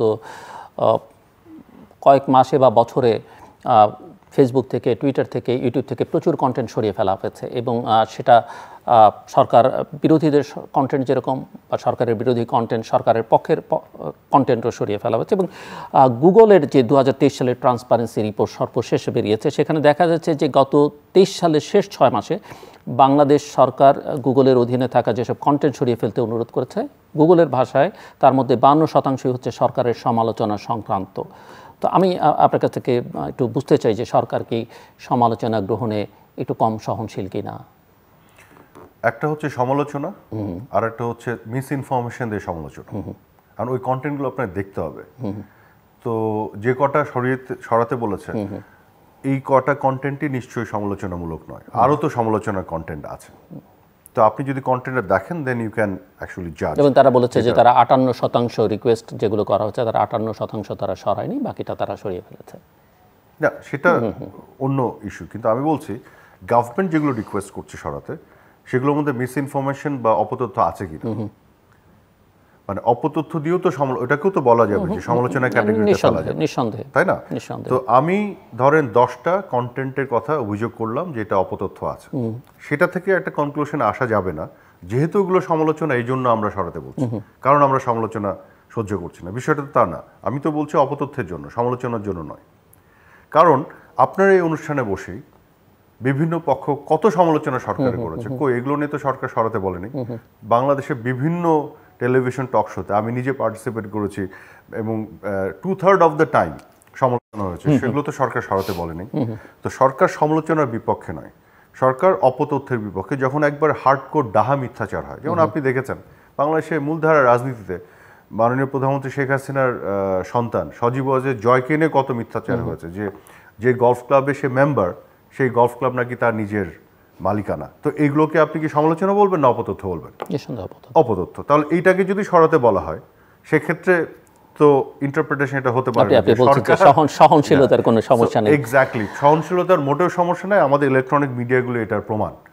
বাংলাদেশে যে পরিমাণ সমালোচনা হয়, বিশ্বাস করেন, আমাদের মতন সোশিও ইকোনমিক রিয়ালিটি যে কটা দেশ আছে, এখন আপনি নরওয়ে, সুইজারল্যান্ড আর সুইডেনে চলে গেলে অন্য হিসাব, কিন্তু আমাদের মতন সোশিও ইকোনমিক রিয়ালিটি যে কটা দেশ আছে, সেই দেশগুলো আপনি ঘুরে দেখেন, কোথাও মিডিয়া এত ভাইব্রেন্ট না এবং এত সমালোচনা সরকারের হয় না কোথাও। হ্যাভিং সেড দ্যাট, আমি আবার বলছি না যে আমরা আমাদের আকাঙ্ক্ষার জায়গায় পৌঁছে গেছি, কিন্তু 20 বছর 25 বছর আগের বাংলাদেশ আর আজকের বাংলাদেশ আর মিডিয়া আপনি দেখেন, একটা জিনিস বলা হয় যে আওয়ামী লীগ সরকার বা প্রধানমন্ত্রী শেখ হাসিনা প্রচুর টেলিভিশন চ্যানেল দিয়েছেন, প্রচুর সংবাদপত্র দিয়েছেন, কিন্তু অ্যাট দ্য সেম টাইম যেটা দেখা যায় যে সাংবাদিকতা অনেক ক্ষেত্রে এখন সাংবাদিকটা চেয়ার লিডারে পরিণত হয়েছে, এবং একটা অপিনিয়ন নিঃসন্দেহে আপনি অবশ্যই কন্টেস্ট করতে পারেন, এবং বাংলাদেশের সংবাদ মাধ্যমের মালিকানা যাদের হাতে তাদের অনেকেই এখন সংসদ সদস্য হয়েছেন। পলিটিসাইজেশনটা খুবই ভীষণভাবে হয়েছে, বিএনপি থাকতো এটা করেছে, আওয়ামী লীগের সময় হয়েছে, এবং সাংবাদিকটা দুটো ভাগে বিভক্ত। সব মিলিয়ে এটা কি স্বাধীন সংবাদ মাধ্যমের জন্য অনুকূল পরিবেশ কি না? মানে সাংবাদিক বা সংবাদ মাধ্যম যদি দলের হয় বা দলের সমর্থক হয়, সেটা কতটা আপনি কি মনে করেন? আপনার এই যে এটা একটা ন্যারেটিভ যেটা আপনি বললেন, যেটা আপনি এখানে উপস্থাপন করলেন, আমি এটা একটু কাউন্টার ন্যারেটিভ শোনার জন্যই। হ্যাঁ, একটা হচ্ছে যে মাননীয় প্রধানমন্ত্রী শেখ হাসিনা সরকার যদি গণমাধ্যমকে নিয়ন্ত্রণ করতে চাইতো, তাহলে এটাকে অবারিত করতো না, সংখ্যা বাড়াতো না। সংখ্যা যত বাড়ে নিয়ন্ত্রণ করা তত কঠিন হয়, এটা তো বেসিক আন্ডারস্ট্যান্ড। তো সংখ্যা বাড়িয়ে নিয়ন্ত্রণ করা যায় না, তো ডিফিকাল্ট হয়। সো আওয়ামী লীগ সরকার, মাননীয় প্রধানমন্ত্রী শেখ হাসিনা সরকার যে নিয়ন্ত্রণের পক্ষে নন, তার সবচেয়ে বড় প্রমাণ হচ্ছে এটির সংখ্যাটা বাড়াতে উনি অ্যালাউ করেছেন, স্পেসটা বাড়িয়েছেন, যে কারণে আজকে যত সমালোচনার সুযোগ তৈরি হয়েছে 25 বছর আগে সেটা বাংলাদেশে ছিল না, এটা প্রমাণ করে। আর আপনি সরকারি চ্যানেল বলেন, এমপিদের কথা বলেন, যাই বলেন, সবগুলো চ্যানেল সামগ্রিকভাবে প্রত্যেক দিন টেলিভিশন টকশোগুলোতে 2/3 অফ দ্য টাইম সরকারকে একেবারে আপনার সমালোচনা করে ঝেড়ে ফেলছে। তাহলে লাভটা কি হলো? লাভ তো হয় না। 2/3 কেন মনে করছেন? টকশোতে তো কেন মনে করছি? দুপক্ষই থাকে না, কারণ মনে করছি যে আপনার এখানে হয়তো দুই পক্ষ থাকে, কিন্তু বেশিরভাগ টকশোতে আপনি দেখবেন 3 জন থাকে। একজন হচ্ছে আওয়ামী লীগ, একজন বিএনপি, আর একজন হচ্ছে অন্য কেউ, থার্ড বিরোধী দল। সো আমি নিজে তো এটা ফেস করেছি। সো আমি ধরেন অনেক সময় প্রোটেস্টও করেছি যে কেন ভাই আমাকে ডেকেছেন দুজন বিরোধী দল, তখন আমাকে ধরেন এভাবে বলা হয়েছে, না আপনি একাই 100, আপনি দুজনে বেশি পারবেন। আমার হ্যাঁ, সেটাও পারবো, আমি সত্যের পক্ষে ফাইট করি তো পারবো, কিন্তু যে টাইমে তো পারবো না। আপনি যখন দুজন বিরোধী দল ডাকেন তখন তো সে 2/3 টাইম পেয়ে যায়, আমি তো 1/3 টাইমে তাদের অভিযোগগুলো জবাব দিতে পারি না। তো সেই মানে বরং আমরা একটা আপার হ্যান্ডে কিন্তু বিরোধী দল সকল টেলিভিশন টক শোতে। কাজেই এই সরকার যে টেলিভিশন চ্যানেল দিয়েছে, সেই টেলিভিশন চ্যানেলগুলি টক শোগুলি এই সরকারের সমালোচনায় বেশি সময় ব্যয় করছে। তো what does that tell you? Statistics কিন্তু উল্টো কথা বলে ওই ন্যারেটিভের বিপক্ষে। দ্বিতীয় জিনিসটা হচ্ছে, বেশিরভাগ টেলিভিশন চ্যানেলে আমি দেখি গভর্নেন্স ইস্যুতে সরকারকে তো ধুয়ে ফেলছে।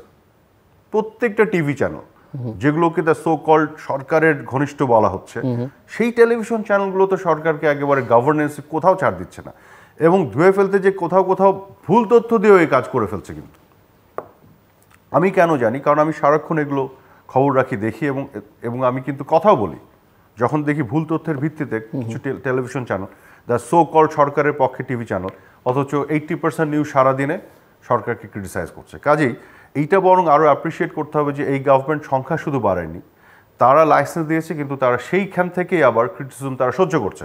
এবং আপনাকে এটাও মাথায় রাখতে হবে, ক্রিটিসিজম যারা করছে বা গভর্নেন্স ইস্যুতে জনগণের পক্ষে কথা বলছে বলে কিন্তু তারা আবার টিআরপিতেও উপরের দিকে আছে, নাহলে তো তারা টিকে থাকতে পারবে না। টিকে থাকার অস্ত্র হচ্ছে জনগণের পক্ষে আছে বলেই তারা পাচ্ছে দিন শেষে, এটাও কিন্তু মানতে হবে। কাজে ওই ন্যারেটিভের সাথে আমি একমত নই একেবারেই। আমি মনে করি যে আমরা আমাদের মতন দেশগুলো এই সোশিও ইকোনমি রিয়ালিটি, এই কমপ্লেক্সিটি যেসব দেশে আছে, এতটুকু দেশ, 17 কোটি মানুষ, এবং আমার যে ইকোনমিক বাস্তবতা, সব জায়গায় দাঁড়ালে পৃথিবীর সকল দেশ যেগুলো সব আমরা উপরের দিকে থাকবো গণমাধ্যমের স্বাধীনতার জায়গায়, এবং বিগত দিনের তুলনায় আমরা অনেক বেটার একটা জায়গাতে আছি। হ্যাঁ, গণতান্ত্রিক এবং মিডিয়ার যে এটা একটু Messi, because democracy is Messi.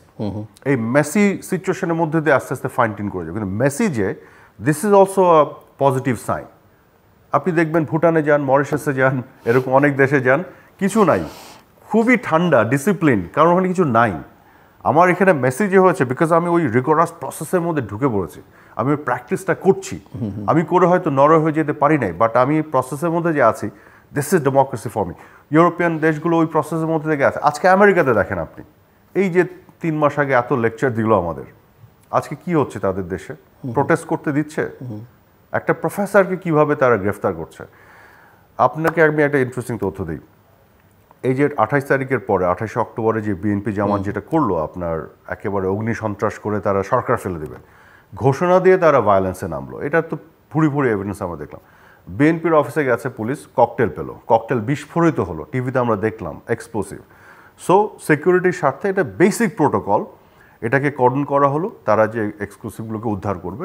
সোয়াতের একটা টিম গেছে, সাথে সাথে সেই রাষ্ট্রের আপনার প্রতিনিধিরা স্বরাষ্ট্র মন্ত্রণালয়ে যে এই টিমকে আমরা প্রশিক্ষণ দিয়েছি, তারা কেন ওখানে গেছে, human rights violation, right two assembly violation অভিযোগ করলো।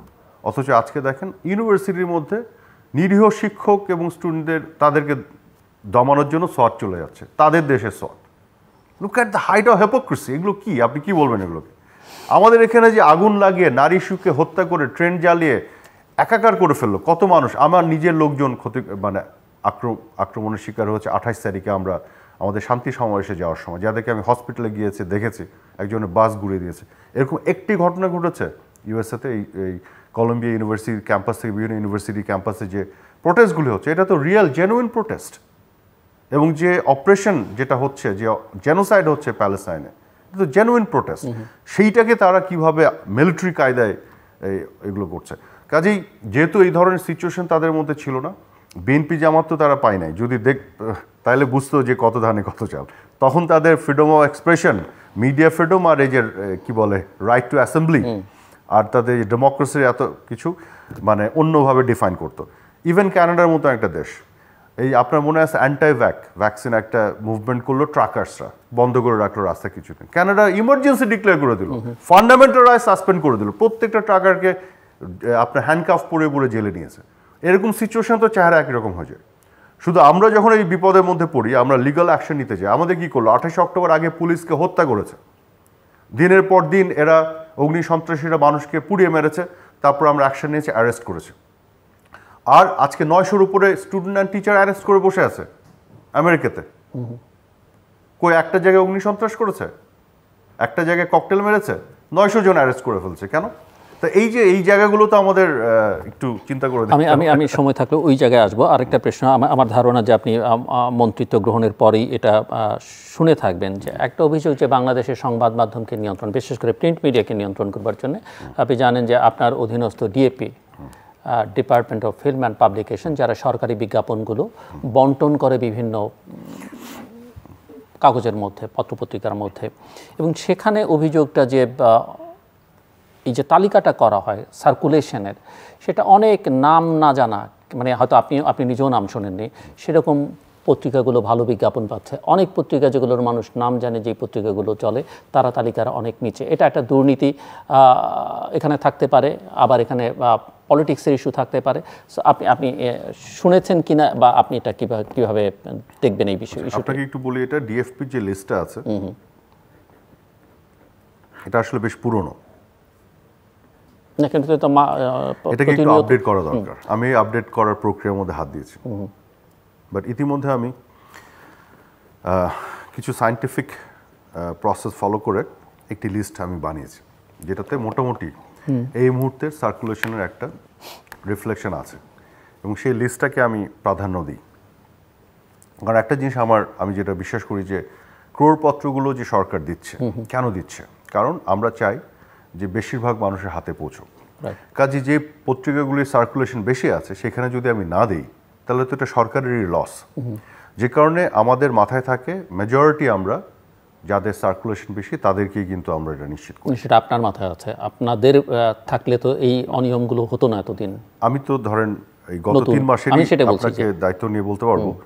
আর যেটা হচ্ছে কি, যে কিছু জিনিস আছে ধরেন কন্টিনিউয়াস একটা প্রসেসে আস্তে আস্তে পরিবর্তন হয়, সব কিছু হয়তো একবারে হয়ে যায় না। অনেক কিছু অতীতে হয়েছে, আমি সেখান থেকে রিলে রেসের লাঠিটা পেয়েছি, সামনে এগোচ্ছে, আরও কিছু কাজ করার চেষ্টা করছে, আমার সামনে কেউ আরেকটু আগাবে। তো সেইভাবে আমি মনে করি যে এখানে আমি যেটা করার চেষ্টা করছি, সেটি হলো যে আবার আরেকটা ক্রাইটেরিয়া আমি নিয়েছি, সেটি হচ্ছে যে অনেক পত্রিকা আছে ধরেন তার ইতিহাস আছে, ঐতিহ্য আছে, একটা ব্র্যান্ডিং আছে, হয়তো সার্কুলেশনে একটু চ্যালেঞ্জ আছে, সেগুলোকেও আমি কনসিডারেশন রাখি। সেটা থাকতে পারে, কিন্তু একেবারেই নাম নেই, নাম গন্ধ নেই, কেউ জানে না, এরকম নতুন নতুন গজিয়ে ওঠা পত্রিকার সার্কুলেশন। রাইট। আবার আপনাকে আমি বলি যে কিছু পত্রিকা আছে যেগুলো ধরেন মানে তাতে সরকারেরও লাভ হয় না, এমনকি যদি দলের কথা বলি ক্ষমতাসীন দলেরও লাভ হয় না। এখানে আমি বলছি কোনো ব্যক্তি হয়তো সরকার সমর্থক হতে পারেন, তিনি ব্যক্তিগতভাবে লাভবান হতে পারেন। এক্স্যাক্টলি, আমি এটা আপনার সাথে একমত। এবং এখানে আমি বলছি আরও কিছু পত্রিকা, মানে আমি ক্রাইটেরিয়াগুলো একটু আপনাকে বলে নিই, এই জন্য আমি বলছি। আরেকটা হচ্ছে ধরেন পত্রিকা কিন্তু একজন নামকরা সম্পাদক তার পেছনে আছে, উনি হয়তো একটা পত্রিকা নিয়ে কাজ করছেন, তার অতীত ঐতিহ্য ইতিহাস আছে। এই ক্রাইটেরিয়াগুলোকে আমি নেই, এবং তার ফলশ্রুতিতে আপনি শুধু বিগত 2-3 মাসে ক্রোড়পত্র কারা পেয়েছে আপনি দেখলে আপনার একটা ধারণা হয়ে যাবে। আপনি দেখবেন যে আপনার পরিচিত, জানাশোনা এবং যেগুলো সার্কুলেশন বেশি এবং নামকরা পত্রিকাগুলোই পেয়েছে। আপনি যে অভিযোগটি করছেন এটি গত 3 মাসে অন্তত বা 2 মাসে আমি যদি বলি, সেই অভিযোগের কোনো নজির আপনি পাবেন না। সেটা হয়ে থাকতে অনেক ধন্যবাদ আপনাকে একটু খোঁজ নিতে বলবো। হ্যাঁ, অবশ্যই অনেক ধন্যবাদ আপনাকে। এর আগে আমি আপনাকে ধন্যবাদ জানিয়েছিলাম যে ডিজিটাল সিকিউরিটি অ্যাক্ট, তার অধীনে যে মামলাগুলো সেগুলো নিয়ে আপনি ল মিনিস্টারের সঙ্গে কথা বলেছেন এবং এখানে একটা পরিবর্তন হয়তো আমরা আশা করতে পারি। কিন্তু প্রশ্ন হচ্ছে যে ডিজিটাল সিকিউরিটি অ্যাক্ট, তারপরে সাইবার সিকিউরিটি অ্যাক্ট, অনেকে মনে করেন যে এগুলো একটা ভয়ের আবহ সমাজে তৈরি করে। নিঃসন্দেহে একটা দেশে এই ধরনের আইন থাকা দরকার, কিন্তু সেই আইন কোনো ভয়ের আবহ তৈরি করা বা কারো চিন্তার স্বাধীনতা, মত প্রকাশের স্বাধীনতাকে হরণ করবার জন্য নয়। আবার এই আইনগুলো থাকবার পরেও বাংলাদেশ ব্যাংকের, কেন্দ্রীয় ব্যাংকের টাকা বাইরে চলে যায়। এই আইন থাকবার পরেও আমাদের ন্যাশনাল আইডি যে তথ্য বলি সেগুলো বাইরে চলে যায়। এই আইনটা প্রোটেক্ট করতে পারে না, কিন্তু অনেককে জেলে নিতে পারে। সাংবাদিকরা তাতে ক্ষতিগ্রস্ত হয়। আপনি জানেন যে ডিজিটাল সিকিউরিটি অ্যাক্টে সবচেয়ে ভুক্তভোগী রাজনীতিবিদদের পরে সাংবাদিকরা। এবং সাইবার স্পেসের নিরাপত্তার জন্য এই সরকার যে 3বার আইনে পরিবর্তন আনলো, 3বারই নির্বাচনের আগে, সেটাও অনেকের মধ্যে নানা প্রশ্নের জন্ম দিয়েছে। সো আপনি একটু ক্লারিফাই করবেন আমাদেরকে? নির্বাচনের আগের বিষয়টা আসলে একটা স্পেকুলেশন, এটার সাথে আসলে সরকারের কোনো লাভ লসের কিছু নাই। নির্বাচনের 6 মাস আগেও করতে পারে, 2 বছর আগেও করতে পারে, কিন্তু এই আইনগুলো আপনি জানেন একটা রিগোরাস প্রসেসের মধ্যে দিয়ে যায়, যেখানে অনেক সময় লেগে যায়। যেমন আমি গণমাধ্যম কর্মী আইন নিয়ে কাজ করছি, চেষ্টা করছি কুইকেস্ট পসিবল টাইমে, কিন্তু এটা অনেকগুলি ইস্যুস থাকে, স্টেক হোল্ডারদের ওপিনিয়ন থাকে, অনেক কিছু নিয়ে অনেক সময় লাগে। তো এটা আসলে জাস্ট সিম্পল স্পেকুলেশন। আমি মনে করি না নির্বাচন আগে পরে এটা অ্যাট অল ম্যাটার করে। তবে একটা জিনিস আমি বলবো যে আমিও আশা করতে চাই আপনাদের কাছে, আপনারা যা ডিরেক্ট স্টেক হোল্ডার, যে ডিএসএ অ্যান্ড সিএসএকে একই ব্র্যাকেটে না ফেলার জন্য। এবং ডিএসএ থেকে যে একটা বিগ ডিপার্চার সিএসএ, বিশেষ করে ডিএসএতে ডিফেমেশনের এগেনস্টে মামলা করলে জেলে নেয়া এবং এখানে জামিন না হওয়ার যে প্রভিশন, যেটা টোটালি চলে গেছে। কিছু ক্ষেত্রে গেছে, কিছু ক্ষেত্রে আছে, কিন্তু যেসব ক্ষেত্রে গেছে সেসব ক্ষেত্রে আবার জরিমানাটা অনেক বাড়িয়ে দেওয়া হয়েছে অনেকের পক্ষে। এটা তাহলে একটু ক্ল্যারিফাই করি আপনাকে।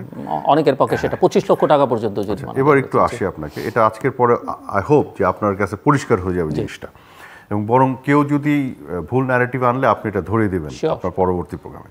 প্রথম কথা হচ্ছে যে কিছু ক্ষেত্রে গেছে, কিছু ক্ষেত্রে যায়নি, এটা সঠিক না। ডিফেমেশনের ক্ষেত্রে পুরোটাই চলে গেছে। আমি সেই ধারাতে আসছি, পরিষ্কার করব আপনাকে।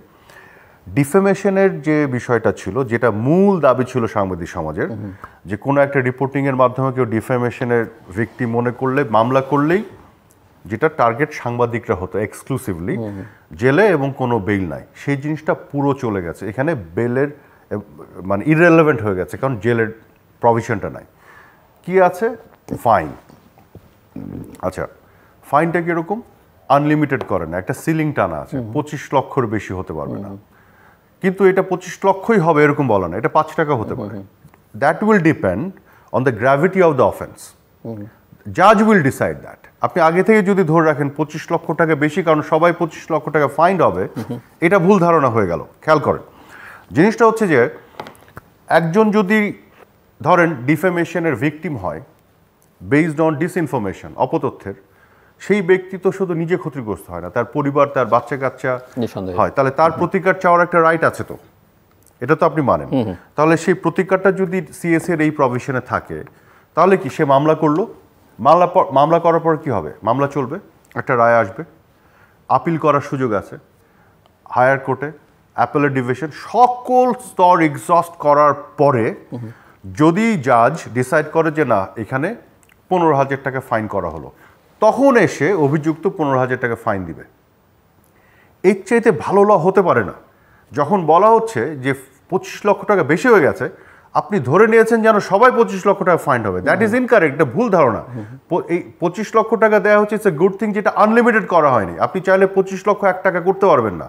অন্যান্য অপরাধের ক্ষেত্রে ফাইন যেখানে আছে সেখানে বরং সিলিং টানা নাই, এখানে ফেভার করা হয়েছে সিলিং টেনে, যে 25 লক্ষ 1 টাকা হতে পারবে না, কিন্তু 5 টাকা হতে পারবে, কম হতে পারবে। কাজে 25 লক্ষটা বেশি হয়ে গেছে তখন যখন সবার জন্য 25 লক্ষ। তো এখন আপনাকে এটা ডিপেন্ড করবে আপনার অফেন্সের গ্র্যাভিটি, যে বেশি অপরাধ করেছে এটা যদি প্রমাণিত হয় 3টা স্তর এক্সস্ট করার পরে যে সে ওই লেভেলের অপরাধ করেছে, তাহলে তার ফাইন বেশি হবে, অপরাধের অফেন্স কম হলে কম। কাজেই এই যে আর্গুমেন্টটা যে এটা বেশি হয়ে গেছে, এটা একেবারে সঠিক নয়। এটা কিন্তু বুঝে শুনে এটা করা হচ্ছে। এক, দ্বিতীয় হচ্ছে যেটা বলছেন কিছু ধারাতে গেছে, কিছু ডিফেমেশনের ক্ষেত্রে পুরো চলে গেছে। যেইখানে আছে জেলে তার সাথে সাংবাদিকতার কোনো সম্পর্ক নেই, কোনো সম্পর্ক নেই। এটাও একটা ভুল ন্যারেটিভ মাঝে মধ্যে বলা হয়। সেটার সাথে সম্পর্ক কিসের? সেই প্রত্যেকটা প্রভিশনে আপনি সিআরপিসিতেও জেলের টার্ম আছে, 1898 সাল থেকে এগুলো আছে। এগুলো হচ্ছে আমাদের যে পেনাল কোডের যে অপরাধ, এগুলো হচ্ছে সেই অপরাধ, সেগুলোর সাথে সাংবাদিকতার কোনো সম্পর্ক নেই। যেমন আপনি যদি বঙ্গবন্ধু স্যাটেলাইটের যে পাস, কিন্তু শুধু সাংবাদিকতা নিয়েই তো আমরা কথা বলছি না, আমরা সাধারণ মানুষের, সেটাই বলছি। বঙ্গবন্ধু স্যাটেলাইটের আপনার পাসকোড, এটা একটা সিক্রেট ইনফরমেশন। সাংবাদিকতার কার্ড ব্যবহার করে কেউ যদি যে ওইটা লুকিয়ে চুরি করে এক্সপোজ করে, তখন সে আর সাংবাদিক না, সে চোর। সো আপনার প্রফেশন তখন দেখবেন না সাংবাদিক না, আপনি তখন পলিটিশিয়ান না, আপনি তখন ডাক্তার না, ইঞ্জিনিয়ার, লয়ার না, আপনি তখন একটা অপরাধী। তো সেইখানে আপনার ওই অপরাধটা, অফেন্সটা, বাট তখন তো বলা যাবে যে আপনার গভর্নেন্সে এক ধরনের দুর্বলতা আছে, যে আপনি ওটা প্রোটেক্ট করতে পারেননি ওই তথ্যটি। হ্যাঁ, তো এটা তো বলা যাবে। ওইটার জন্য তো আপনার কোনো ফাইন হবে না, অপরাধ হবে না, ওইটা বলার জন্য। কিন্তু আপনি চুরিটা যদি করেন, আপনি ধরেন রাষ্ট্রের, ধরেন ডিপ্লোম্যাটিক একটা এনগেজমেন্ট হচ্ছে একটা রাষ্ট্রের সাথে, যেখানে আমরা একটা নেগোসিয়েশন করছি একটা ডিল করার জন্য, যেটা লিকড আউট হলে ক্ষতিগ্রস্ত হবে দেশ, কারণ অন্যান্যরা আরও ঝামেলা করে ফেলবে এটার মধ্যে। সেইটা যদি আপনি সাংবাদিকতার কার্ড ব্যবহার করে ঢুকে চুরি করে অন্য কাউকে দেওয়ার ব্যবস্থা করেন, আর একটা স্টেক হোল্ডারকে, তখন তো আপনি সাংবাদিকতা করলেন না, আপনি এটাকে ঢাল হিসেবে ব্যবহার করে একজন চোরের রোল প্লে করলেন। সেইখানে ওই প্রভিশনগুলি আছে ধরার। কাজেই আমি একটু পরিষ্কার করি ভাই, জায়গাটা একটু বোঝা দরকার, যে যেখানে জেলের টার্ম আছে তার সাথে সাংবাদিকতার কোনো সম্পর্ক নাই। ওইখানে আমাদের পেনাল কোডে, সিআরপিসিতে, প্রত্যেক জায়গাতে 1898 সাল থেকে এগুলো আছে। কাজে সিএসএ নতুন করে কিছু তৈরি করেনি। এবং এইখানে মিডিয়া ফ্রিডম অ্যাক্ট যেটা বলে না, ইউরোপিয়ান ইউনিয়ন, ওই সুইডেনে, নরওয়েতে যান, আমেরিকাতে যান, ওই একই অপরাধের জন্য ওইখানেও জেল আছে, কোনো আলাদা কিছু নাই। আমার আসলে আপনি কি বুঝাতে পেরেছেন? হ্যাঁ, আপনার সঙ্গে অনেকগুলো বিষয় নিয়ে আলোচনা করবার কথা, কিন্তু সময় খুব কম। আমি ছোট্ট 2-3টা প্রশ্ন করি, বাকিটা অন্য আরেকদিন সময় পেলে সেকেন্ড এপিসোড করব। সেটা হচ্ছে যে আপনি লিক হবার কথা বলছেন। বাংলাদেশে আমরা গত কয়েক বছর ধরে দেখছি যে প্রচুর মানুষের ফোন কল লিক হয়ে যাচ্ছে, এবং সামাজিক যোগাযোগ মাধ্যমে সেগুলো ঘুরে বেড়ায়। এর মধ্যে রাজনীতিবিদ আছেন, ব্যবসায়ী আছেন, ইদানিং তো সরকারি দলের মন্ত্রীবর্গ আছেন, এমনকি প্রধানমন্ত্রীর ফোন কলও বাইরে আসে। তো আপনি কি মনে করেন না যে এটা একটা প্রাইভেসি? ইয়েস, আমি মনে করি, অবশ্যই মনে করি, এবং এটা একটা প্রোটেকশন দরকার, এবং এটা আইডেন্টিফাই করা দরকার কিভাবে, কোত্থেকে হচ্ছে। আমি আপনার সাথে একমত, এটা প্রোটেকশন দরকার, প্রাইভেসি এর মধ্যে এটা পড়ে। তবে এখন সমস্যা হয়ে গেছে কি, মূলধারার গণমাধ্যম আবার সেগুলো প্রচারও করে। হ্যাঁ, যখন এই যে এই জায়গাগুলোতে তো একটা রেসপন্সিবিলিটি আনা দরকার অনেক জায়গা থেকে। এখন যেটা হচ্ছে কি, যে ধরেন টেকনোলজি এমন জায়গায় চলে গেছে, কোথা থেকে কীভাবে যে কী হচ্ছে, বাট এটার একটা সলিউশন দরকার। অনেক সময় যে ব্যক্তি ফোন রিসিভ করছে সেও রেকর্ড করে ছেড়ে দিতে পারে, যে ফোন করছে সেও রেকর্ড করে ছাড়তে পারে, আবার মাঝখানে থার্ড পার্টি ট্যাপ করে ঢুকে রেকর্ড করে ছাড়তে পারে, বিভিন্ন কিছু হতে পারে। বাট এটা অবশ্যই গর্হিত অপরাধ আমি মনে করি। তবে এটার যে আপনার ক্ষতি, ঝুঁকির দিক, তার চেয়ে অনেক বেশি ঝুঁকি যে রাষ্ট্রীয় গুরুত্বপূর্ণ সেন্সিটিভ কোনো সিক্রেট ইনফরমেশন, কাজে সেইখানে আইন আপনার থাকতে হবে। সেই আইন যদি অপরাধ সংগঠিত হলে আইনের অ্যাপ্লিকেশন হয়, সেটাকে কিন্তু স্বাধীনতা, মত প্রকাশের স্বাধীনতা বা সাংবাদিকতার সাথে মিলিয়ে গুলিয়ে করা যাবে। আপনি আপনার কথা এটা স্পষ্ট যে আপনি সংবাদ মাধ্যমের স্বাধীনতার বিষয়ে নিজে সোচ্চার থাকবেন, এবং সেটা সবাই আশা করে।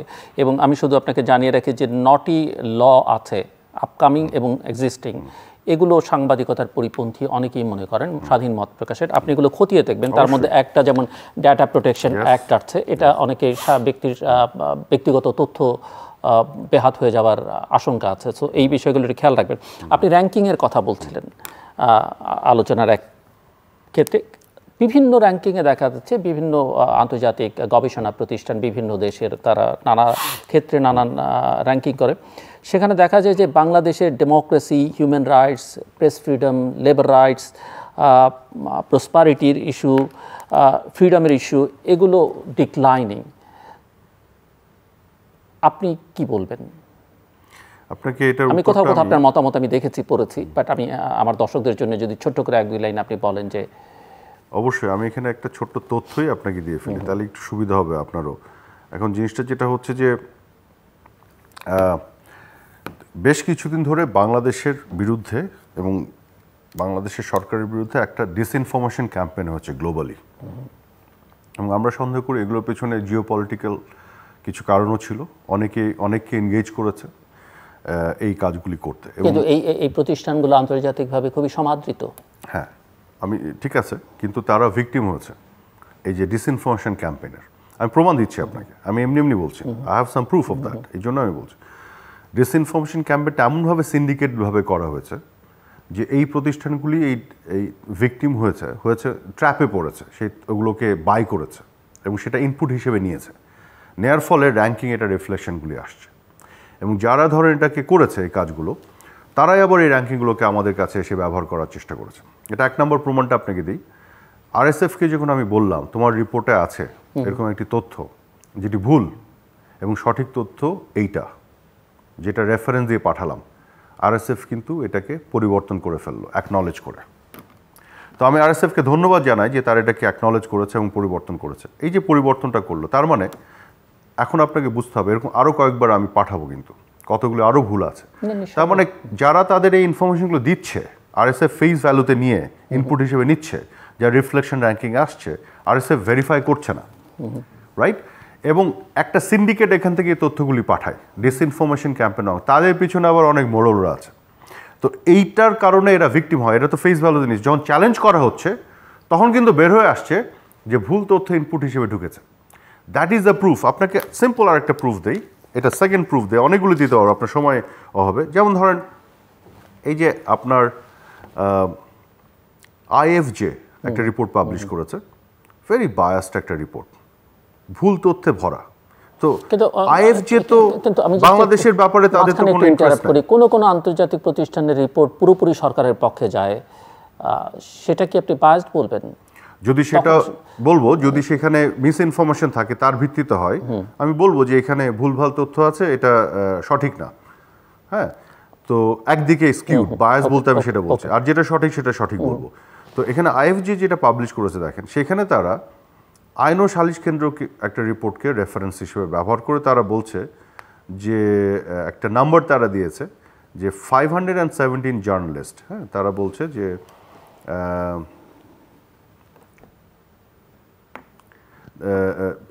একটা আপনার কেম আন্ডার অপারেশন অর সামথিং। হ্যাঁ, কিন্তু দেখা যাচ্ছে আইন ও সালিশ কেন্দ্রের ফিগার যেটা বলছে ওই পার্টিকুলার ইস্যুতে, সেটা বলছে 283।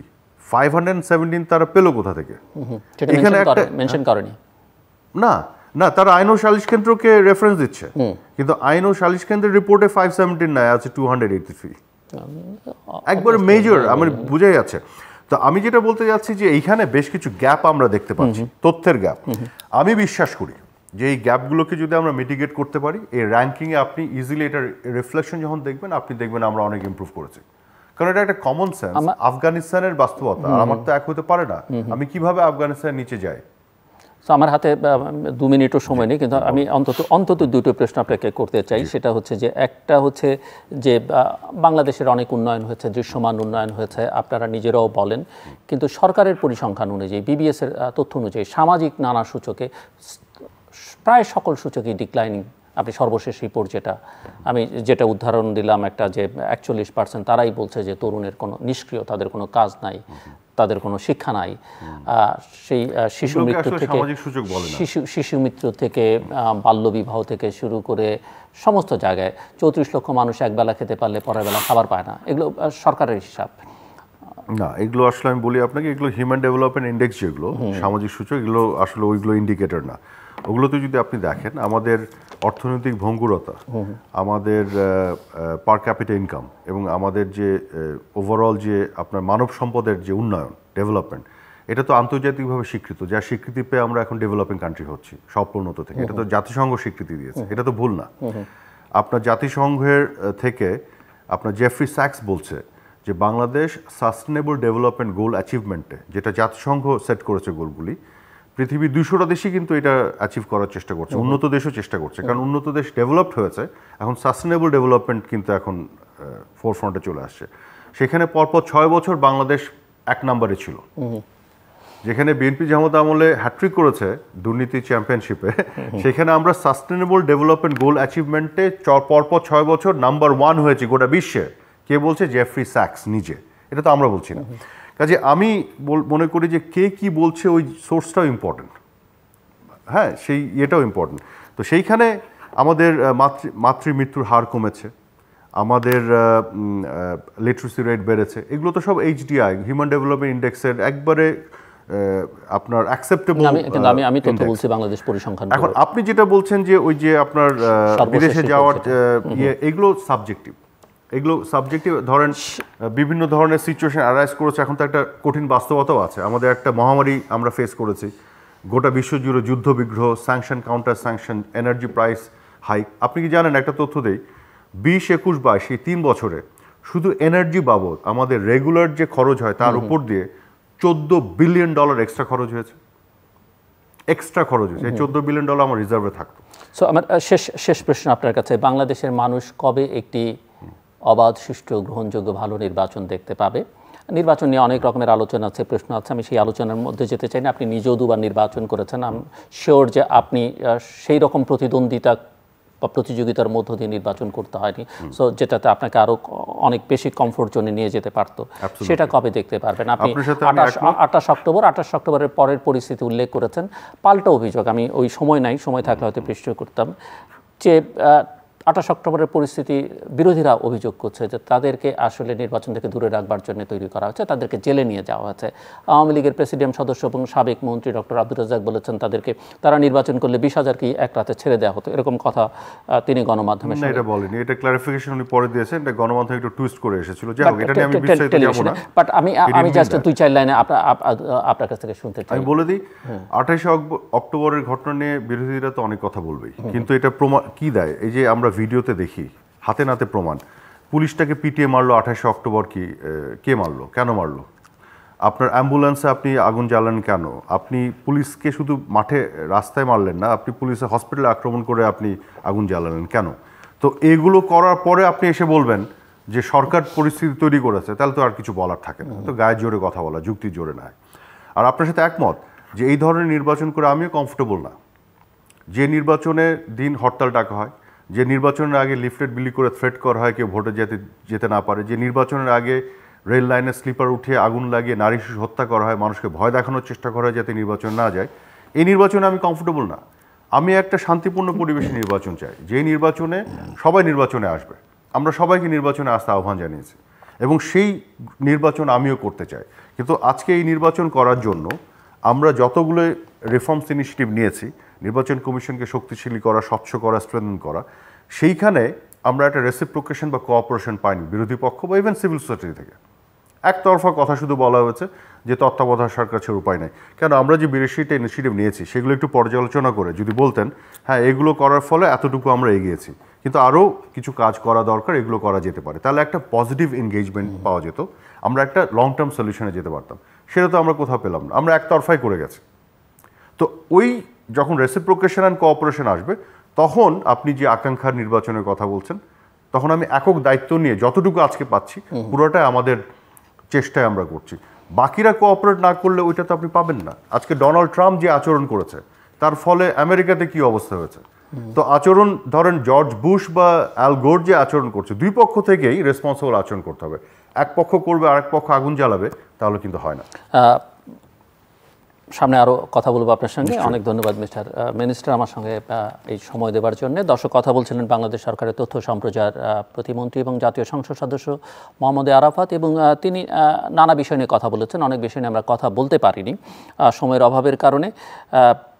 দেশে গণতন্ত্র, মানবাধিকার, সিভিক স্পেস এইসব বিষয় নিয়ে আরও কাজ করবার সুযোগ আছে। একজন রাজনীতিক হিসেবে তিনি কাজ করবেন, কিন্তু তার কাছে প্রধান যেটি চাওয়া তথ্য সম্প্রচার মন্ত্রী হিসেবে, সেটি হচ্ছে যে বাংলাদেশের সংবাদ মাধ্যমের স্বাধীনতা নিশ্চিত করবার ক্ষেত্রে তিনি ভূমিকা রাখবেন, অবাধ তথ্য প্রবাহের ক্ষেত্রে নিশ্চিত করবার জন্য তিনি ভূমিকা রাখবেন, এবং অবশ্যই miss information, disinformation, rumour, propaganda, fake news এগুলোকে প্রতিরোধ করবার জন্য তিনি ভূমিকা রাখবেন। তবে সেটা যেন অবশ্যই নির্মোহ, নিরাসক্তভাবে হয়।